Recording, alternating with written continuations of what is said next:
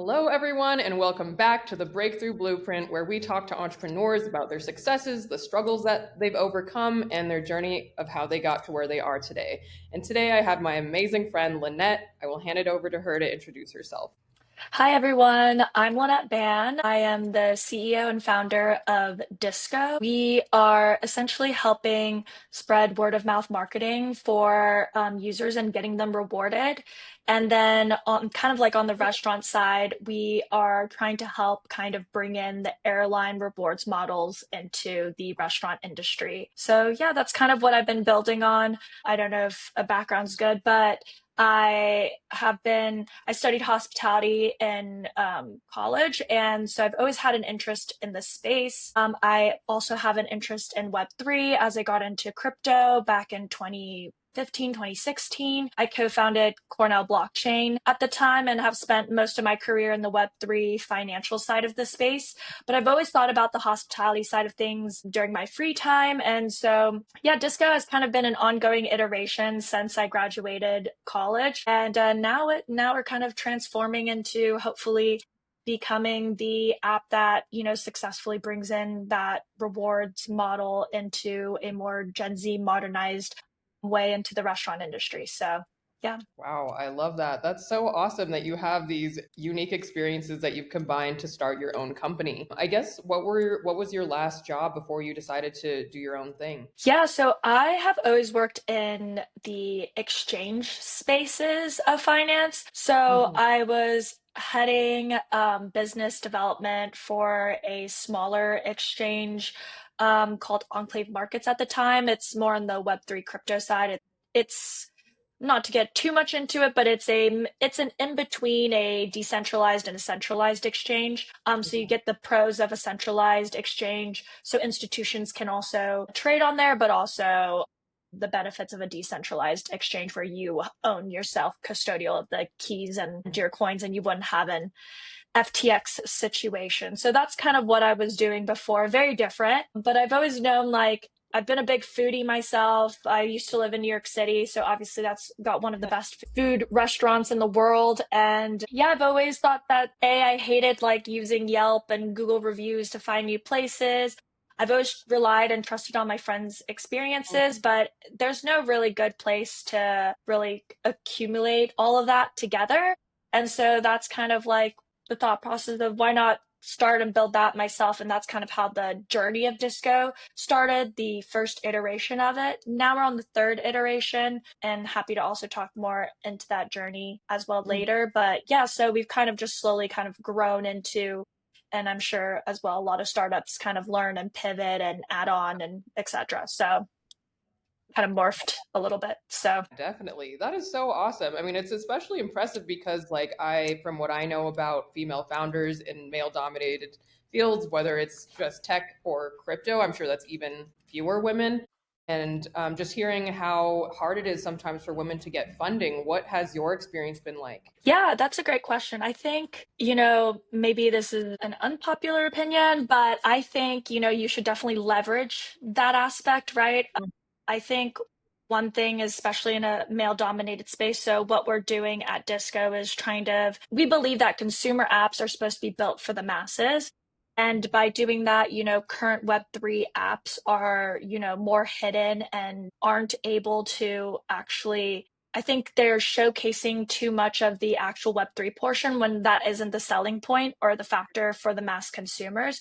And so we like to say we're Trojan horsing our way into that. So when you use Disco and eventually continuously as we build more Web3 aspects into Disco, you won't notice that at all. But I think one way of like leveraging funding from like a female founder perspective is, yeah, be proud that you are a female founder. And honestly, I think you should utilize that to your advantage. I think there aren't that many female founders, so at least it could help, get your foot through the door. And I don't think there's a problem with that at all. As well, if you're building in the Web3 space, really leverage like the accelerator programs. There's many different programs.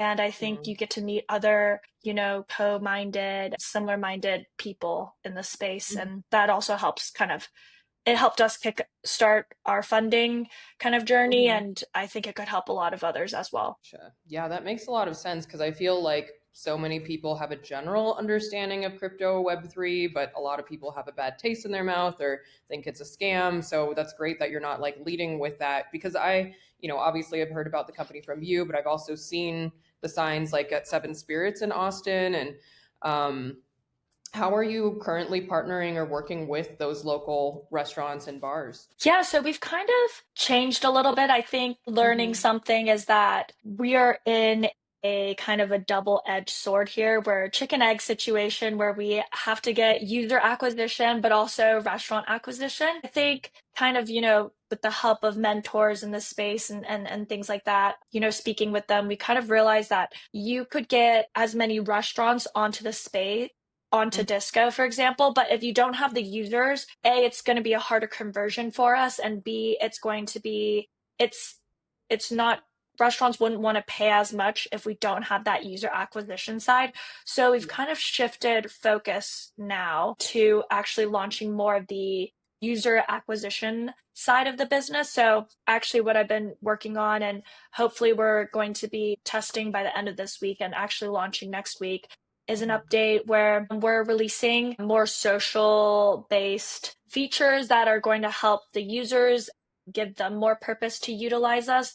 And that's Mm-hmm. more of kind of the side where I talk about how I hate using Yelp and all of that aspect. So we're launching personalized ratings based off of your friends on Disco. So the places you check in, as your friends rate each experience, because we believe like what you order can add a lot of factor into the experience of the restaurant itself overall. So just because you order a dish that you don't love, but there were four other dishes that you did love, right? That could bring your experience down to a four, but now you go again next time and you just order those four amazing dishes. That brings your experience to, a 5-star kind of rating. And so what we are doing is accumulating and averaging all your each check-in experience into your rating of the restaurant, and then obviously that's how your friends get averaged in as well on their side, and that's kind Mm-hmm. of the rating you see when you're starting to discover new places. So that's kind of what we're working towards now, and so I've kind of put a pause on the restaurant side of things, but I think obviously that will feed into it after. So Definitely. Okay, that's really interesting. And then, so I guess, sort of on this new path going forward, how are you getting the word out about the app? yeah, I think as mentioned, how important marketing is. I think obviously the idea is, word of mouth, but also just really hunkering down on the marketing aspect. And I didn't realize how important it was building a brand and what Mm-hmm. that means and how hard of a task that is in of itself. And so, if you're a first time founder like I am, I think you don't want to forget the marketing piece of it, as I'm more of a technical, like I do know how to code, like the technical, I'm more interested in that side of the stuff of the business, but you can't forget how important it is, because you can build a great product and if you can't get the word out, then it's really pointless. So that's something that we've really shifted focus on, and posting, at least 3 times a week, and Mm-hmm. keeping engaging stories going and things like that. So slowly starting to kind of learn the algorithms in of itself. Definitely. And I know you mentioned like an incubator or accelerator programs. What were the ones that you participated in and how did they help you? Yeah, so I kind of took the opportunity to kind of leverage the Web3 aspect. And that's also where a lot of my network kind of lies behind. So we actually joined Avalanche is a layer one. So it's like an Ethereum or a Bitcoin level layer, and that's what we're built on top of. And so usually in the Web3 space, layer ones have accelerator programs because they are more incentively aligned with you than even a VC firm, in the sense of as you build and grow users onto their infrastructure, they grow and win as well. So they're more, I think, a lot easier of a pitch in terms of like being more in the idea phase. And so when we approached Codebase, which is their accelerator program, Avalanche's accelerator program, we got accepted into their season 2 cohort. Yeah, and we actually on demo day won a third place, which was like 200K in funding. And they also gave you a grant, a 50K grant just for joining the program. So that's kind of how we got started, which is awesome, and it has helped me immensely. I think it's good to really like leverage out there and don't be scared to, apply twice. We were told we were too early the first time and then we applied again and we got it. And so, don't be scared of rejection. Totally. Yeah, believe me, I completely understand that. And that's really great advice is like when you're selling yourself, promoting your product, going after things, like rejection is inherently going to be part of that process. That's really awesome. So then at what stage of funding or what round are you guys in right now? Yeah, so I guess we can consider that the pre-seed round. I think right now, what's great is we've kind of kept a low burn rate. We are a small and nimble team, and we've Mhm. just kind of kept that. I think I've seen a lot of organizations, especially during my Web3 crypto days, where they grow too fast and scale too quickly, where you eventually realize that there's a lot of dead weight now because there's too many people and not enough jobs to fulfill each person on your team. And so I think being able to stay lean and mean has helped us not necessarily need to rush into funding. So we're very fortunate to be in that position where we are okay in that aspect. So I think our goal is to fundraise next year when we actually want to scale and build out a team for kind of more the building out the restaurant product side of things. But for now, I think with the user acquisition and the social side, that's a really easy lift on our side to stay small. That's great. I mean, completely agree and understand that. Like, obviously, we've seen rounds and rounds of massive tech layoffs, and especially in Austin. But I'm sure you also have such an amazing network. The tech VC founder network and an environment in Austin is amazing. So, whenever you do want to seek that next round of founding, I'm sure you already have tons of people that you know. Yeah, for sure. Also, I think we're in a special time. We have AI tools now, so we can definitely leverage that to keep our team as lean as possible before needing to scale. Obviously, the AI tools aren't perfect, but they are good enough to, help you get going. And even I kind of self-taught myself how to code, so I'm not like the best coder in the world or dev, but with AI, it kind of helps me as well. So, even if you're maybe not from a technical background and you're nervous and you have an idea, there's a lot of tools for you to even help get you just started, the basic aspects. So Definitely. What are some of your favorite or most useful AI tools that you've been using? obviously, ChatGPT is my personal assistant.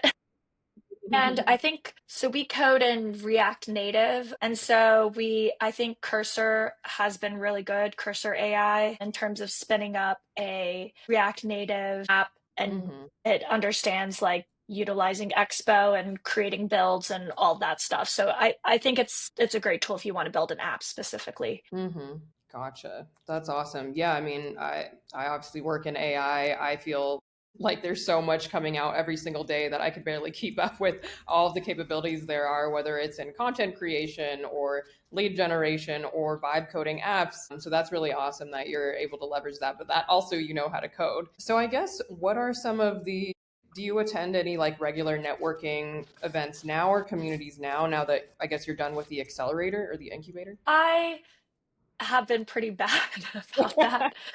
Um, I think it's really easy to get sucked in to like vibe coding stuff and just the Mhm. days go by and you're like, oh shoot, it's 11 p.m. So I definitely, once we get the social features out there, I think part of my job is to kind of get the word out and put myself more out there. Pretty soon we'll be launching where you'll be able to check into any restaurant, not even just in Austin. So I think that makes it a lot easier for me when I network because there's also when you go to these events a lot of people from out of town. So Mhm. I think hopefully this next update in the week or so, maybe things will change. Yeah, no, I'm excited. I mean, I'm sure by Southwest next year, there's going to be so much growth in your business. I'm really excited to be there for that because I will be there for South by next year. But Perfect. Yes. but I know that you're from Austin, but you went to Cornell University, right? Yes, that's And then correct. when you were at Cornell, you went to their hospitality school. Did you plan to go into like hotel management at that time? I think the reason why I chose the hotel school there is they really kind of focus, it's like a practical business school. So you learn everything from econ, accounting, finance to even more interesting classes. Obviously, So I got to like minor in real estate and learn about real estate development and real estate financing and all of that aspects as well. I think it's also very interesting because we actually learn everything in running a hotel or restaurant kind of use case, which at the end of the day, hospitality is all about, satisfying your consumers and your customers, right? That's your end goal. And I think that can be applied to any business you go into, whether it's in the space or not. And so I think what makes the hotel school really beautiful is that you get all the tools that you learn in business school, but you also learn about these tools that maybe you don't necessarily learn in a traditional business school. And I think a lot of kids come out of it and they can do and go into whatever they want, whether it's in hospitality or not. Mhm. I think obviously sophomore year, I kind of started getting more into the crypto space. So that was very different from what I originally had planned.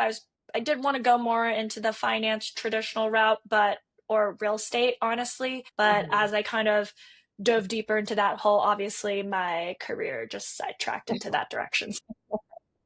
What initially got you into Web3 then back then? Yeah, so actually, one of the co-founders as well of Cornell Blockchain, he was also a hotelie.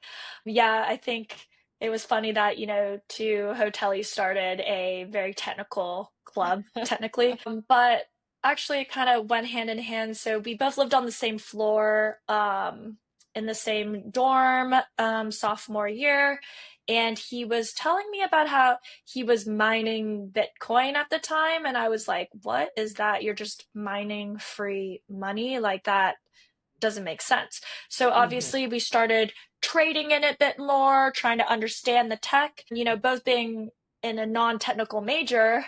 Um, we realized, Cornell actually has a PhD program called IC3. It's like initiatives of cryptocurrency, and they have, like Vitalik Buterin, the founder of Ethereum, would go on campus over the summer and teach people how to code and Solidity and things like that. And so we had a great network, but nothing in the undergraduate side of things. And, I think for us trying to invest in it, it's very important when you're investing in a technology to understand the technology in of itself. So we were like, oh, there's no club that kind of brings both, we kind of understand the financial side of things, and maybe a lot of these really smart computer science guys Mhm. understand the technical aspects. We should just merge our thought processes together and create a club. So that's kind of how Cornell Blockchain was created and how I got into it and Mm. learned about it and got deeper into it. That's awesome. For our viewers here. Yeah, I always just tell people do your own research, Yeah. It's probably Mhm. good. There's a lot of noise out there with what's good, what's not, meme hypes, things like that. I try to stay away from going into the hype speculative side because that side I have been burnt before and I've been rewarded. You just Yeah. be, prepared that that is the case. It's a very volatile space, but there's other aspects of Web3 and crypto that is a little less volatile. So, do more research into the tech itself and why maybe that layer one infrastructure is better than the others and etc. So just really understanding that and doing your own research and coming to your own conclusions besides just hearing from others. So that would be my biggest advice. Definitely. I mean, been a lot in the news lately, the last few days, especially about crypto and the economy and everything. I guess, what are your predictions or where do you see everything going in the future? I mean, for me, I've been more interested on the consumer side of stuff. I think, blockchain, that aspect, there's a lot of potential in it. There's a lot of good use cases that genuinely can help. Hmm. And I just think it needs to just be repurposed as more of a back end tech. It's not the front end selling tech. And that's kind of what we're doing here at Disco, as well as kind of just taking that thought process, building things around it, but utilizing the powers of it without actually, marketing it because it's not a sexy technology. And even if you're a tech savvy friend, Hmm. them spinning up their own wallet, understanding private keys, all that, like, no, it's a headache in of itself. So that's my thought, is the space will be well as we start moving towards abstracting the actual web3 terminology and shoving it down people's faces and hoping people will be forced to learn it, which I think, yeah, shouldn't be the case. Well, no, I mean, I love it. And it's super inspiring to see a female founder just doing so much in the restaurant tech space, in the crypto space, or Web3, and just leading that path. And I'm really excited to see where you take Disco in the coming months and years. But thank you so much for being on our show today. Yeah, thank you so much for having me, Mel. And for everyone else, thank you so much for tuning in, and tune into the next episode of the Breakthrough Blueprint.